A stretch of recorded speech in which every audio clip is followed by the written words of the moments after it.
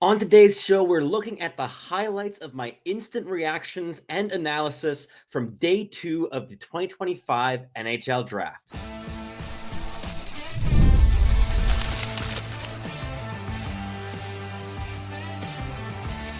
You are Locked On NHL Prospects, part of the Locked On Podcast Network.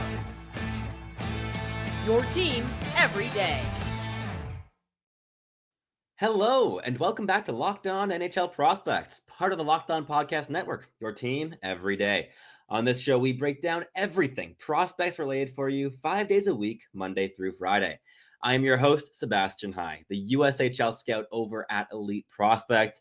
And on today's episode, we're going to be doing another kind of breakdown highlight pack of a live stream of the draft. We already posted the one from the first round, which was basically the highlights of all picks from first overall through to 17th overall. Did not do the full first round because the draft was so long and so slow, and I can't monologue for 6 hours in one piece.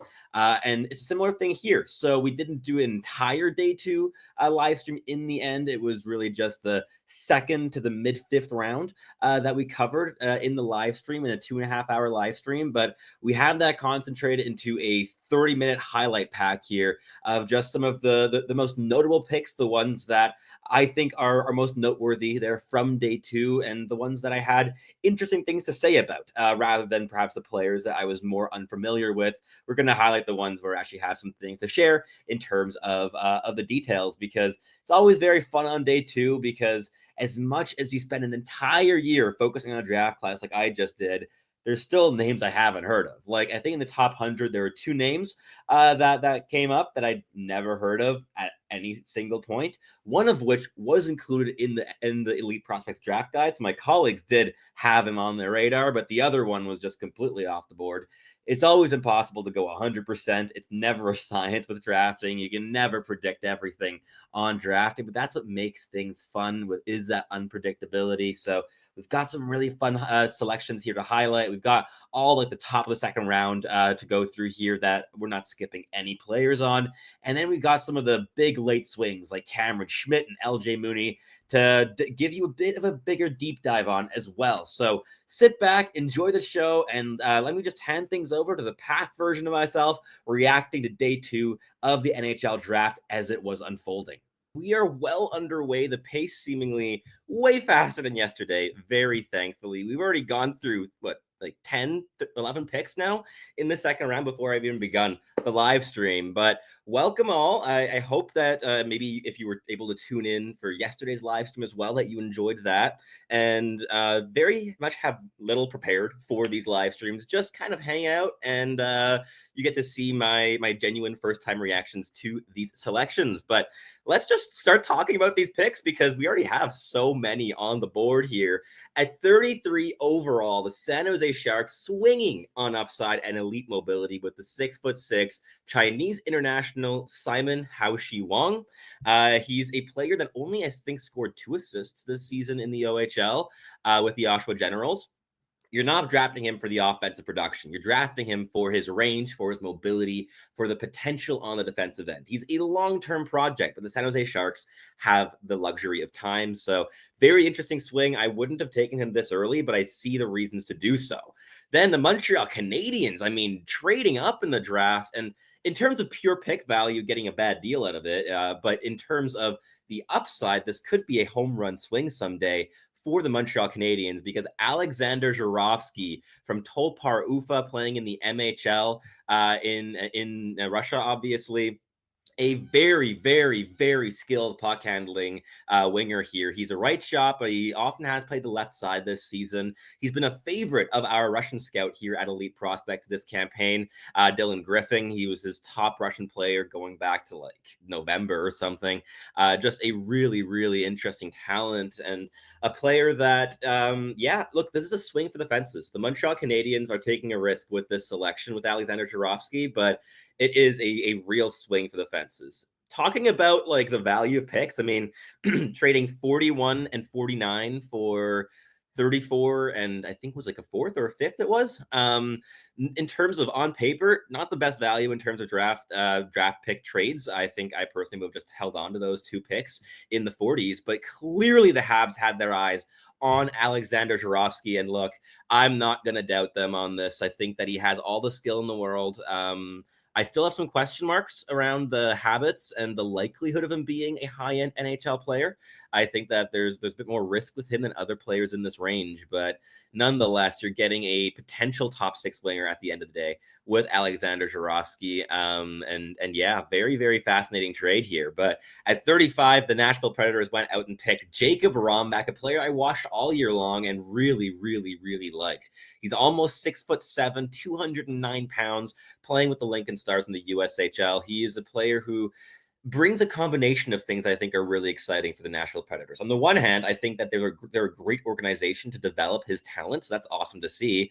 On the other hand as well, Rombach brings a special quality on retrievals. He is the best defenseman in this entire draft class on behind the net or behind or underneath the goal line in the defensive zone retrievals. He is fantastic. Constantly double shoulder checks, triple shoulder checks, very, very aware of his surroundings, good mental map of the ice, and just precise, quick, smart plays to progress the puck up the ice.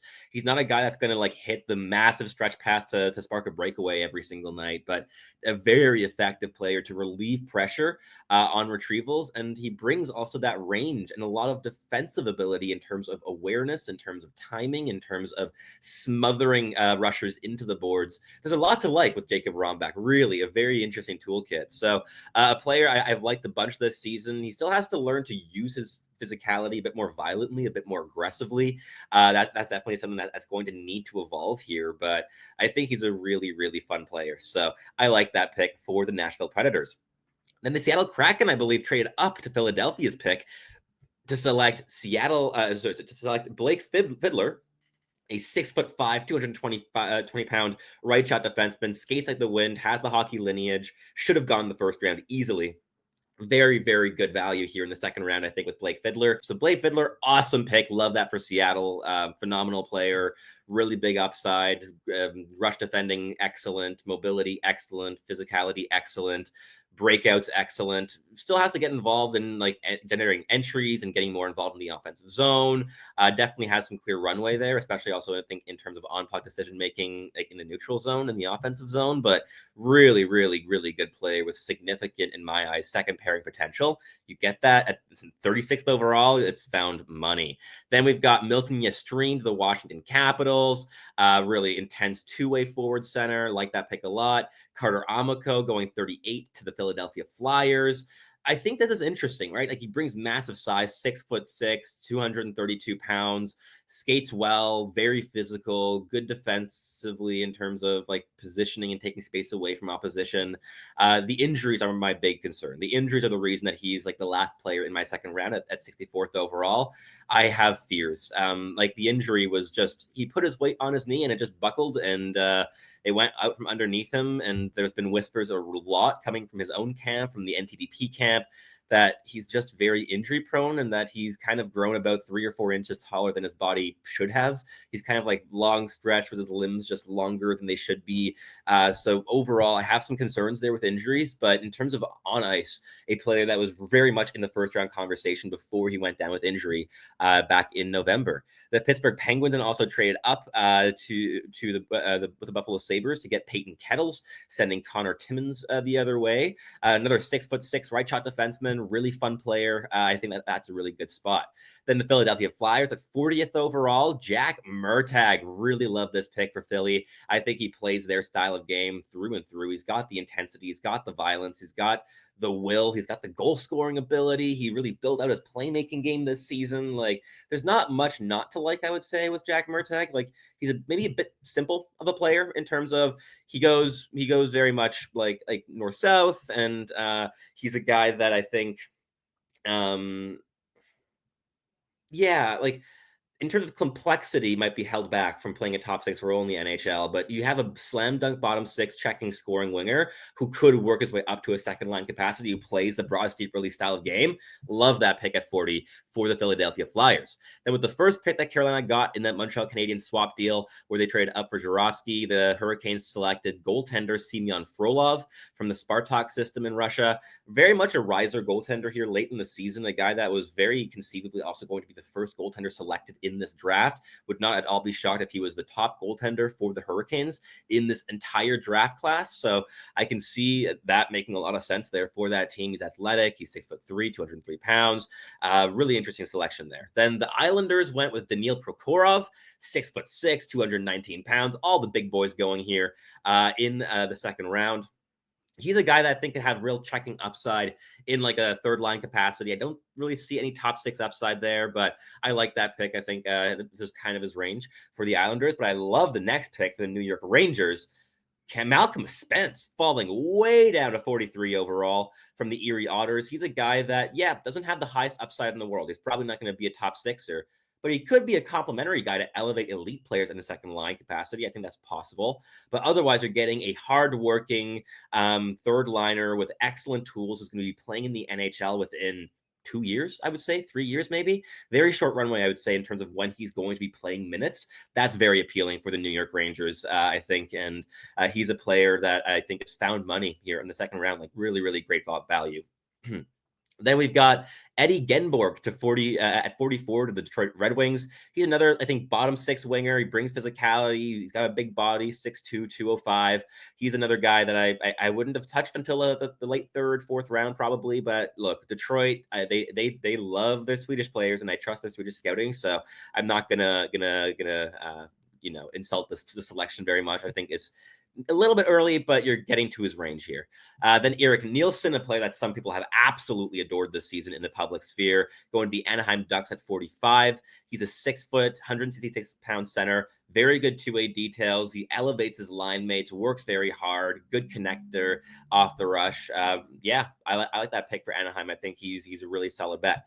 Then Max Psenicka, very good value for the Utah Hockey Club. The 6 foot, 585 pound defenseman fits their profile in terms of big boys, and he brings a lot of runway, I think, as well in terms of filling out his frame, getting comfortable at the North American level. He's a very, very fun player, so really respect that selection there for the Utah Mammoth. Summer sports are in full swing, and whether you're all about baseball under the lights, golf on the green, or high-stakes soccer action, FanDuel is the best way to make every game even more exciting. You're already following the action, so why not make it a little more thrilling? With FanDuel, you can get in on the game while your friends are getting sunburned at the beach. I've been using FanDuel to track my favorite matchups, and the app keeps it fresh with new daily promotions and fun ways to bet. It's easy to use, fast to pay out, and makes even regular season games feel like must-watch events. Whether I'm placing a same-game parlay or watching a bet ride into the ninth inning, FanDuel makes it feel like I'm actually a part of the action. If you're new to FanDuel, new customers can bet just $5 and get $150 in bonus bets if your first bet wins. Open the FanDuel app today or visit FanDuel.com to get started. Then the Vancouver Canucks go for a goaltender with Alexei Medvedev at 47. He's, I think, the last goaltender of this top tier of goaltenders in this draft. You have like Jack Ivankovic as like the next one up, but in terms of like the goaltenders who were going to be the first ones selected on draft day, you now have the three big names off the board with Joshua Ravensbergen, with Alexei Medvedev, and of course with the 20th overall selection yesterday, Pyotr Andrianov as well, going to the Columbus Blue Jackets. Then you've got Shane Vansaghi to the Philadelphia Flyers. Another great Philadelphia Flyers pick. I love this. He's violent. He's going to be a bottom sixer, but he has more offense than he's been able to show so far this season. He was playing exclusively fourth line minutes with Shane Vansaghi with Michigan State University, and he's a player that just he will play in the NHL. He will be a fan favorite in Philadelphia. That's excellent value here at 6'3", 212 pounds. He's already shown how good of a checker he is, But if he's able to unlock more of that scoring, a bit more of that power off the rush, that inside driven power game with some decent like depth skill as well, I think that could be a really, really, really good pick for the Philadelphia Flyers. Like for context, I had Shane Vansaghi ranked inside my first round at 28th overall. So we have my 27th overall pick, Malcolm Spence selected, 28, Shane Vansaghi, 31, Jack Murtagh. William Moore is still available, my 32nd overall. So my only 2 first-round talents still left on the board are Cameron Schmidt, which is unsurprising, and William Moore of the NTDP. Has Kurban Limatov gotten selected yet? Let's see. No, seemingly not. Oh yeah, he's great value in this range as well. I think Cole McKinney's excellent value in this range. Nathan Bame, Benjamin Keevan, Charlie Trethewey, Jakob Ihs-Wozniak, Hayden Paupanekis. Lots of value still here in this range of the draft. Love that pick. The Boston Bruins going for William Moore. I adore this. Look, Boston's going both upside and local in terms of players that will be playing in Boston next season. Went with James Higgins last year from Boston College, and now in the first round, they got James Higgins, and now in the second round, they got William Moore, who's going to be going over to Boston University next season. So you're going to have potentially a top 6 center on both lineups in that derby, playing against each other from the Boston Bruins system. Great selection for Boston. Charlie Cerrato going 49 to the Carolina Hurricanes is interesting. A bit of a reach in my opinion, but he's like a D+1, D+2. Had very good scoring this season. Like really, really high production there as a freshman in college, which is very impressive. In terms of tools, there's nothing that really impresses me much with Cerrato. I don't know if he has a separating ability. So for me, he was more of a 4th or 5th round guy, even though the production was really good. So interesting selection, but look, I'm never going to doubt what the Hurricanes do on draft day. If there's any organization I trust in doing their homework, it is them. At 50th overall, slight head scratcher for me personally, the New Jersey Devils went with Conrad Fondrk over guys like William Moore and Cole McKinney, which is head scratching to say the least. Fondrk has a lot of skill in terms of handling, in terms of flash. He looks really good off the rush, but he's so perimeter based. He's he's undersized. He's a subpar skater. He is listed at 6 feet, 202 pounds. He looks more like 5'11", 170 when he's on the ice. He's a player that, yeah, he has some flash, but I don't know. I don't see an NHL player here. We didn't rank him at elite prospects. He didn't crack our top 130. He's an honorable mention for us for that reason, because we see a player that's going to be probably very solid in college after a couple of seasons of development. But I don't know. In terms of NHL potential, I don't personally see it, even though there are some flashes of skill that are quite interesting with Conrad Fondrk. My only first-round player left on the board is unbelievably, unsurprisingly, Cameron Schmidt. He was always going to be the last guy from that glut of players left available. I'm surprised that Cole McKinney hasn't gone yet. Oh, well, there you go. Cole McKinney goes to the San Jose Sharks at 53 overall. Spoke slightly too soon there. Yeah, amazing pick here. I think Cole McKinney is a very projectable bottom 6, hardworking center. He's going to be playing valuable minutes, PK, power play, can play the bumper. I think he's got a decent shot on him. And what he grew massively in this season was in give and goes off the rush, and overall just his connected passing game. He was really, really the glue of his line on the top line for the NTDP. I think that he had value going up into the top 35, let alone here at 53rd overall. That's great value for the San Jose Sharks, a player I've just really loved this season. Plays the game the right way. And yeah, I think that in this range, you really can't hope for much more than a player who plays the game like Cole McKinney. So excellent values. We've got the Vegas Golden Knights having made a selection here with Jakob Ihs-Wozniak. I like this pick for Vegas. Look, Jakob Ihs-Wozniak, I think there's been an overcorrection with this draft stock this season.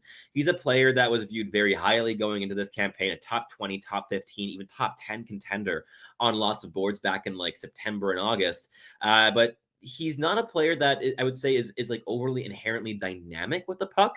And I think that led to some disappointment this season. Even though his production was great, it was sick. It was like 57 points in 40 games or something along those lines in terms of points per game this season at the junior level. And what I was very impressed with this player was, despite that excellent production, where he really took strides in his development was on the defensive side. Very high motor defensively, good positioning defensively, aggressive stick.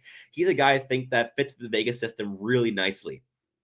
Great player. I think that he has a combination of offensive upside to crack like a middle six, 40-point, 50-point role someday, but also the defensive game to hold him in a bottom six capacity if the skill doesn't fully crack at the NHL level. So great selection for Vegas. He's a player I'd ranked higher than this. He was at 45 on my board, and even that felt a little bit low for me. So I think that 55 overall here, great value for the Vegas Golden Knights there with Jakob Ihs-Wozniak. With Hayden Paupanekis, the Montreal Canadiens are getting a player with significant skill, 6'5" body. The production wasn't massive this season with the Kelowna Rockets, but the Kelowna Rockets were really bad. And what's exciting to me is that Paupanekis is in a fantastic position for next season.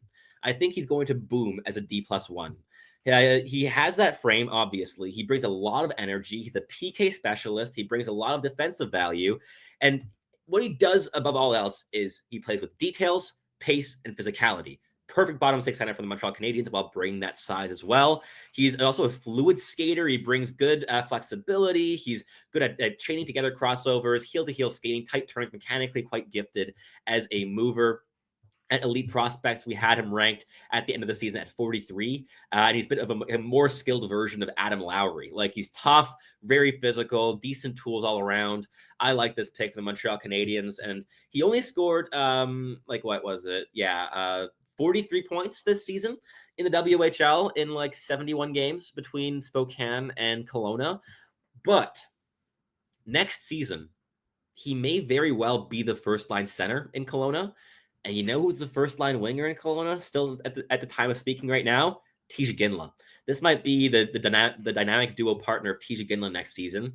That could really boom his offensive potential, I think. And he's a player that I think fits in wonderfully with what the Habs are building. So a really, really sound selection here for the Montreal Canadiens at 69th overall. I need to see because they traded up, right? They traded up. Yeah, they sent the 79th pick.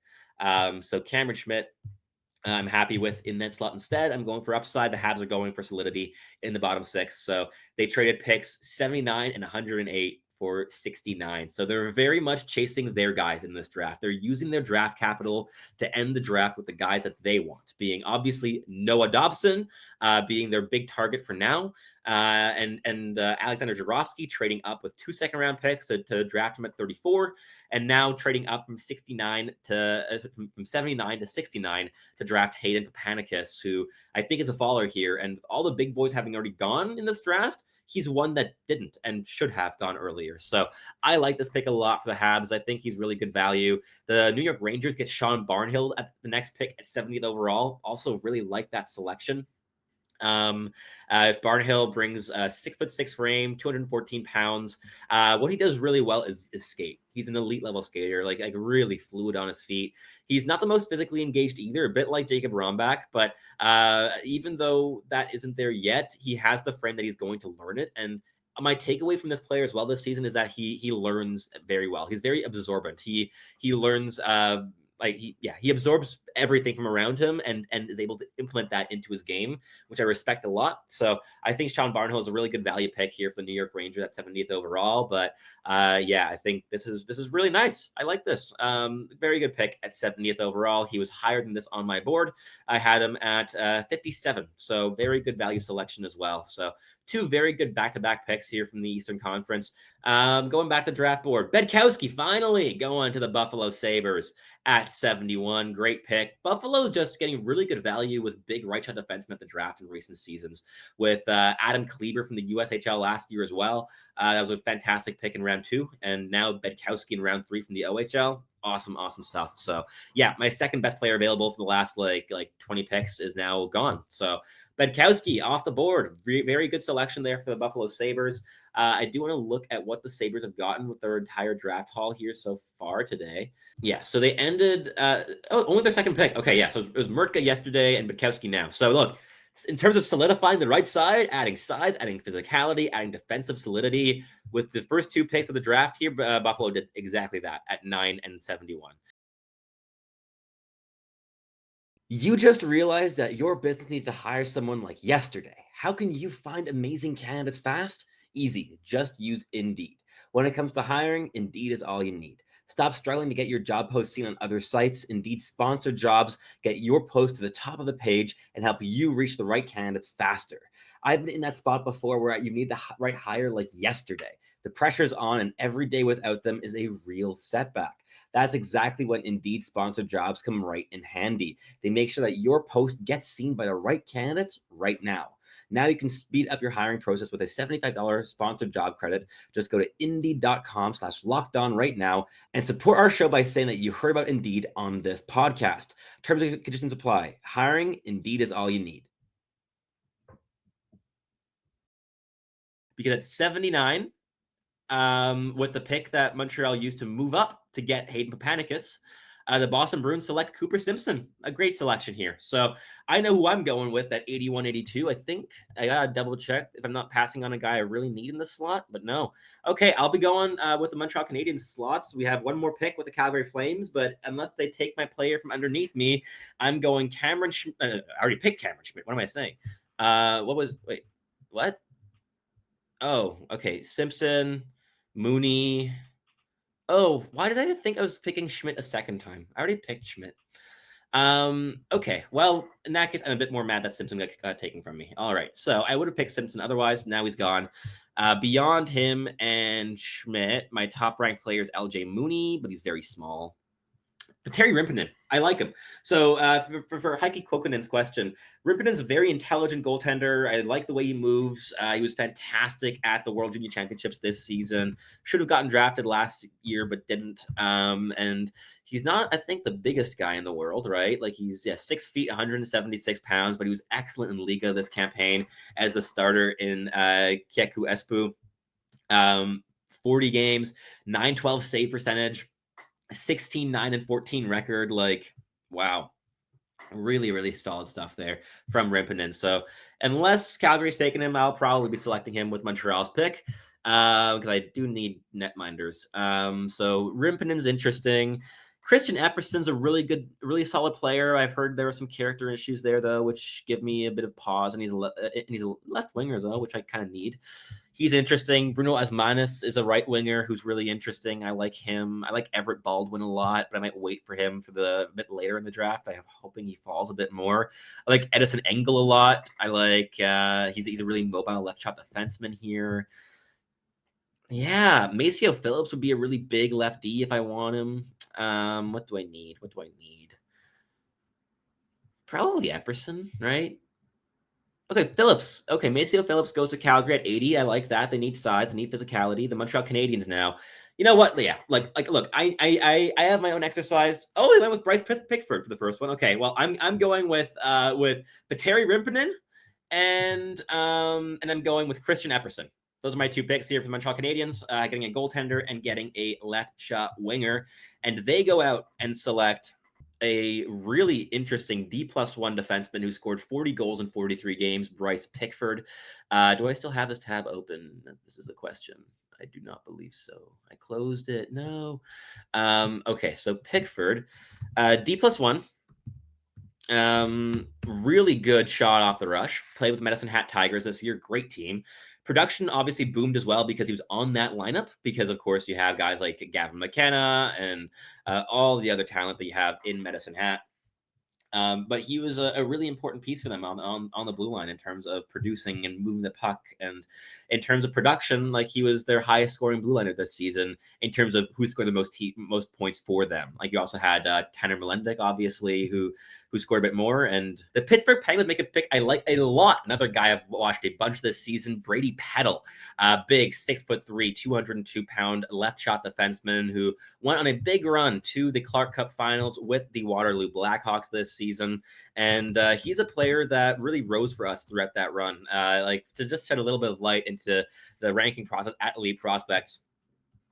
After the final hour of cutoff, there was still basically one more viewing I wanted to log, which was Brady Peddle. And I went and watched him. And then I just sent a message over to Mitch Brown, who was really organizing the rankings here this season, and was like, yeah, Brady Peddle has to be ranked. And just that was just like ranked, period, like in our top 130, basically.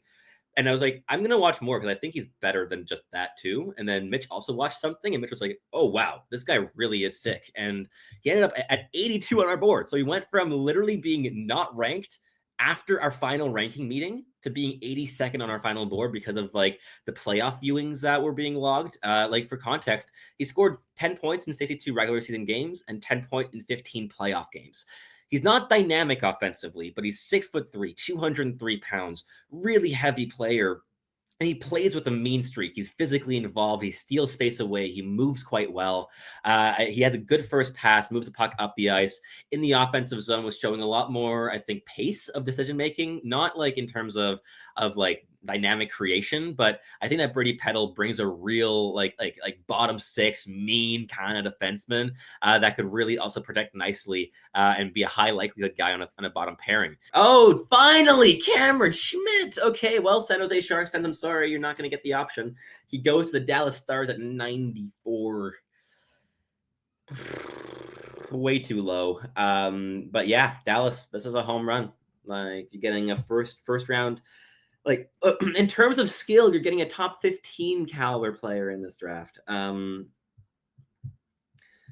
Yeah, like again, like I'm not shocked. Like we see this every year. Like we've seen it with undersized guys in the past, and they always fall way further than even I think they're going to. And the same thing happened here this year. But I think the reason that with Schmidt it frustrates me that he fell this far is because not only was he the fastest player in the CHL this season, not only does he have the best shot in the entire 2025 NHL draft class, but at 5'7", he also has a killer motor. He's really violent. He's very physically involved. He's middle driven. He's not one of those small guys that gets easily forced to the perimeter. He has like a Brendan Gallagher-esque middle drive to him. And when you combine that with elite skating, elite goal scoring, elite handling, high-end playmaking, why not take that swing earlier? He's small, sure, but look, the Dallas Stars just got their Logan Stankoven replacement at 98th overall. And he has more skill than Logan Stankoven. Less likely of playing than Logan Stankoven does Cameron Schmidt, certainly, but the Dallas Stars got an absolute home run swing here at 98. So, yeah, 94. Doesn't matter. The San Jose Sharks, though, okay, I love this pick. So, for my San Jose Sharks fans in the audience, Teddy Mutrin, let me fill you in. He's listed as a center here, but he's more not than, I think he's a winger more than anything. But he's a player I've loved this season. I had him ranked.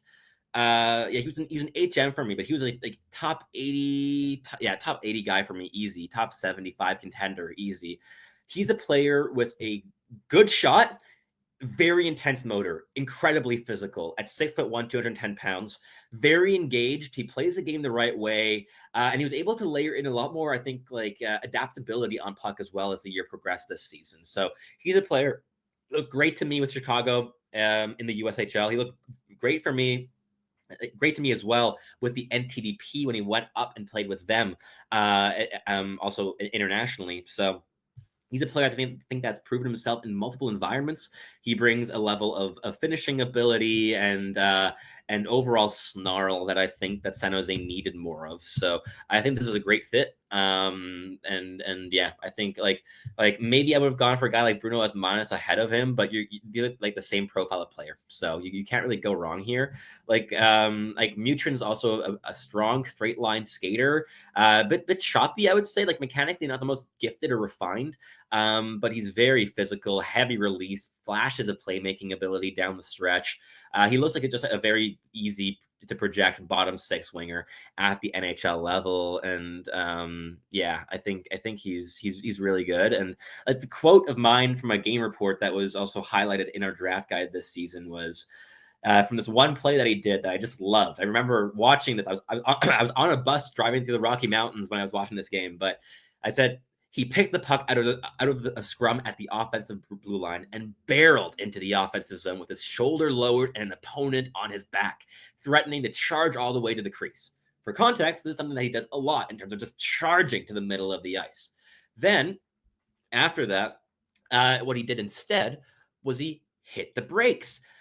scanned around, and he found a trailer behind him, winding up for a shot in the high slot, and got right into his wheelhouse of Drew Schock for a goal. So he's a player that I think was really able to add layers to his game here as the season progressed. So I really appreciate this player. I think he plays the game the right way, and San Jose Sharks fans, he's great. Confusing. Adam Banach going to Minnesota at 102. Banach over Mooney, I have some issues with. I think Mooney's just a lot more projectable and skilled and dynamic than Adam Banach is. But look, we're in the 4th round. This is the range for a player with Adam Banach's high-level intelligence and playmaking skill. Those are the 2 things he does really well as having a really high-end motor. Does Adam Banach? So the Minnesota Wild is swinging on upside with the undersized center, but he's going to be a winger in the NHL. He played better on the wing as well. And Montreal's on the board, so I've got to pick. I'm going L.J. Mooney. I'm going tiny again, I guess. I don't really have other options, I think, that I love here above him. I mean, I like Osmanis a lot too, but you know what? I'm going skill and upside here. Give me LJ. Give me LJ. I just have the tiniest wingers in the world on my team, so got Schmidt and LJ here with this selection. Let's see who the Montreal Canadiens. Oh, they picked LJ. Let's go. LJ Mooney to the Montreal Canadiens. This I love. Okay. They got the player I was going to pick here with LJ Mooney. Fantastic. Oh, that makes me happy. So, Little John Mooney. Here's the rundown, folks. One of the highest motors in the draft class. Really intense. 5 foot. Okay, he's listed at 5'8", 160. He's more like 5'7", maybe 160 is right, but like 5'7". He's not 5'8". He's very, very small, but incredibly intense, very dynamic skater, very dynamic puck handler. So he has these elite level upsides. And I think that's something that could carry him to an NHL top 6 someday. He's a really exciting player to watch. He's so much fun. I love this pick from the Montreal Canadiens. I think this is the kind of swing you take in this range. You go for the best, like the highest upside available, and that was without question LJ Mooney in my opinion here. So with LJ, you have a player who brings a degree of playmaking skill. He tries a lot. So with the playmaking, there's definitely some issues in terms of decision-making and selection and hope plays being like very, very frequent, but he's got that dog in him. He's a fantastic skater. He's a great puck handler, and he's absolutely fearless in charging into dangerous areas. So with him, I think that you have like a real high upside. So I'm just going to read you a little blurb from Elite Prospects here from our draft guide. A fearless attacker with an advanced defensive player, Mooney also surprises opponents with his industriousness.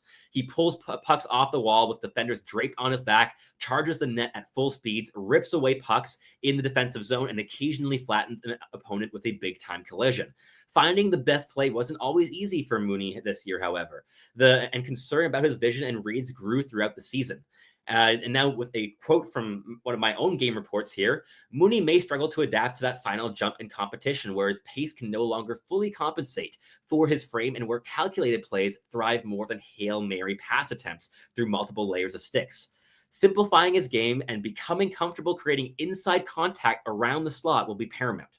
If he's able to do that, you're talking about a guy with shades of Tyler Johnson and Connor Garland in his game. Like, this guy has real upside. He works so hard. Fantastic skater, dynamic handler, got real pace off the rush.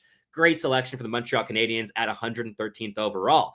And with my favorite selection of day 2, this episode also concludes. So thank you so much for listening, for watching this kind of highlight pack of the live stream of my live reactions of the draft. So I hope that you enjoyed and that you learned something throughout the process of this podcast. And for the next episodes, we're going to be breaking down the Noah Dobson trade pretty soon. We're going to be doing a couple more scouting reports on some first-round guys that we didn't get to earlier on the season, guys like Bill Zonin and Cole Reshny and Ben Kindle. These names are going to get their own full-length half-hour scouting reports on the channel, so don't you worry about that. If you're a Pittsburgh Penguins fan, if you're a Philadelphia Flyers fan as well with Jack Nesbitt, we have that one coming up for you too. So gonna have lots of content here coming up, but thank you so much for watching, as always, for listening. If you're listening on your favorite podcasting platform, please do make sure to make us your first listen of the day.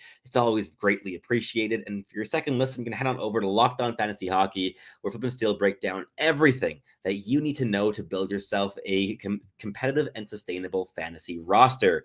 That's all from me today. Thank you so much for listening as always, and I hope to catch you tuning in again very, very soon.